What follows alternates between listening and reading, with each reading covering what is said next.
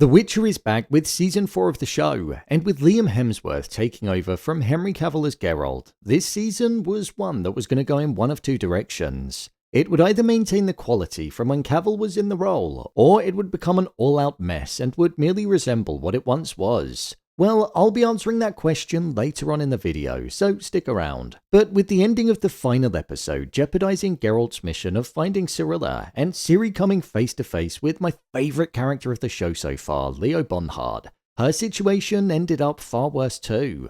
So with that, let's break down the ending of the 4th season and I'll discuss the core themes and what it all truly meant. Here is The Witcher Season 4 ending explained. Just to let you know, this video will contain spoilers. The ending explained. When it came to the ending of this season of the show, the core theme that it was focused around was family, what it means to have a family, and the search that Geralt and Yennefer were doing to find Ciri to put their family back together. But as well as that, there was also Ciri's desire to find a new family to make sure that she wasn't causing any pain to the likes of Geralt and Yennefer moving forward. During the ending, we saw that after Yen had weakened Vilgefortz by managing to break the hold that he had on the portals and also wiping out all of his army, Yen was able to find Geralt and tell him how Ciri wasn't where everybody thought she was, following the news that Emir was going to be marrying his daughter. Instead, when she got there, she saw that it was the imposter. This made the search for Ciri even more difficult because, at least before, Geralt had Nilfgaard as a destination in mind where he'd at least have a chance of finding her if she was being trapped. In reality, Ciri was headed towards jealousy as Hotspur had set the rats up as part of a trap due to the bounty that was on their heads. Leo Bonhart was waiting for them with the hopes of killing them for the reward, and as we saw, he blitzed through them with ease and slaughtered them in the most brutal fashion. The choreography and camera work was so good in this moment, and the deaths were actually quite creative, so I respected the way that it all unfolded. However, with Ciri trying to fight Leo Bonhart, she ultimately ended up getting caught by him and tied up, meaning that the bounty for her being alive was going to be collected, which meant that it was going to be an even larger reward for him.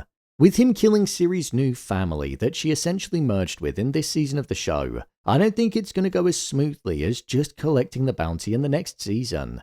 I think we'll see her fight back in some capacity and get revenge, as now she's pretty much where she was at the end of the previous season, all alone and with nobody again. This could ultimately be something that drives her back to wanting to find Geralt and Yen.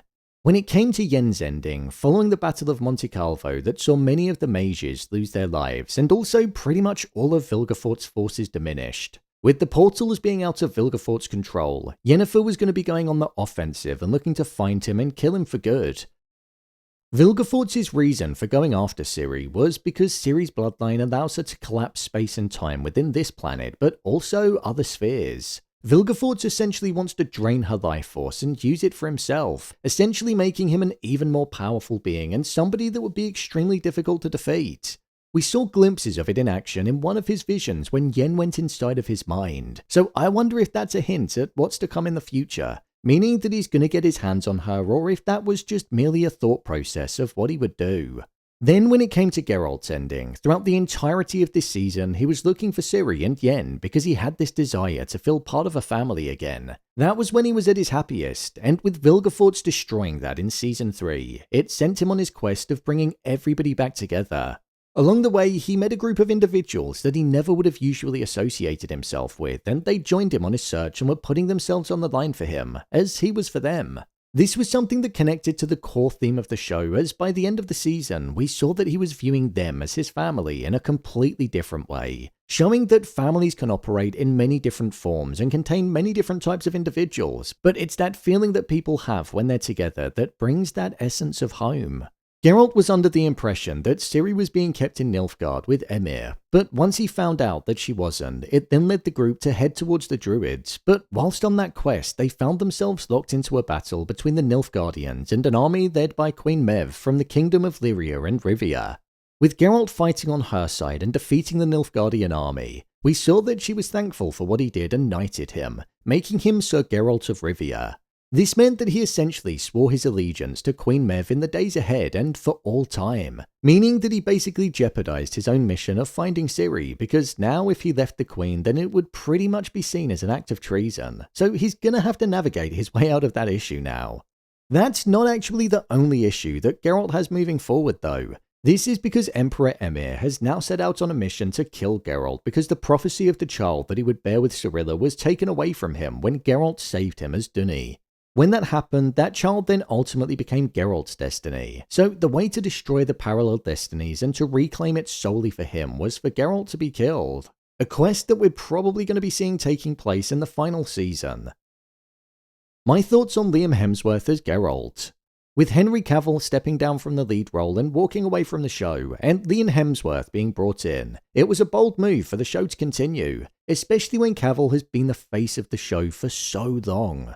Personally, I'd say it felt like they eased in Liam Hemsworth because out of the 3 stories of Ciri, Yennefer and Geralt, I'd say Geralt's one felt like there was the least amount of screen time. This was most probably done deliberately because they didn't want to throw him in at the front and center and it end up being heavily criticized, so they did the right thing. In terms of his performance as Geralt, if I'm being honest, I thought it was pretty strong. Do I think it was better than Cavill? No, I don't, and I don't think it ever will be. But Hemsworth captured the essence of Geralt in a way that made me not really mourn Cavill not being there. One thing that I feel like Hemsworth lacked slightly was in the emotional reign that Cavill had. Everything just kinda felt the same, whether it be the delivery of the lines, the lack of emotion, and even the facial expressions. There just wasn't much to it, and it was a bit two-dimensional, so that's definitely a place where Cavill was superior. But overall, I don't think it was too bad. It felt like less screen time than usual, but it still worked in my opinion. Sorry to interrupt the video, but before I get into my review of the show, if you're enjoying the video, if you could please give it a like and subscribe to the channel, it would be really appreciated. Thanks. My review of the season. Overall, I thought this season was okay. I felt like I would have liked a bit more resolution during the ending though. Personally, I thought we were maybe going to see Ciri reunited with Geralt or Yennefer, so I was a bit disappointed when it didn't happen. However, seeing Leo Bonhart go on that epic killing spree was a pretty solid way for it to conclude. It was pure evil.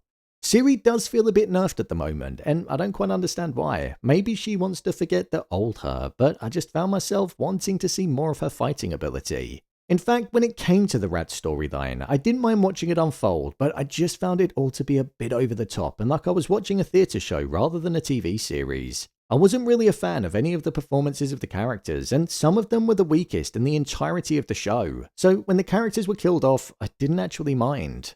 Episode 5 for me was one that I found quite boring and it really didn't need to be a part of the show. It could have just been cut. Seeing the group sitting around telling stories over dinner, I felt like I just wanted to switch off partway through. It was cool hearing about Regis's story, but it never really connected into anything, which I thought was a bit of a shame. Maybe something will happen with him in season 5. Episode 6, which was the Battle of Monte Calvo, was probably one of my favourite episodes, and episode 8 too.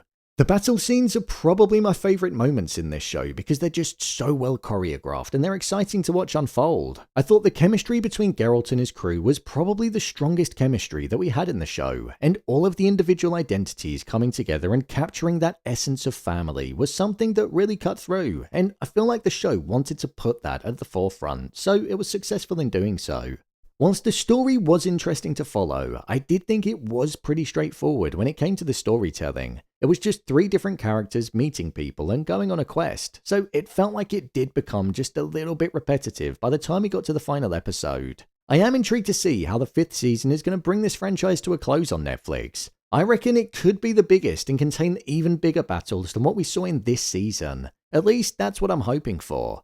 It's a show that over time has probably become a shell of what it had the potential of being, especially due to a lot of the backlash, but I don't actually mind it that much. I'm watching this series as a fan of the show, rather than as a fan of the wider source material, so on face value I can appreciate the show for what it is, but I understand that for some that are fans of the material, you're going to be looking at it and feeling completely differently to what I do. So, there you have it, The Witcher Season 4 ending explained.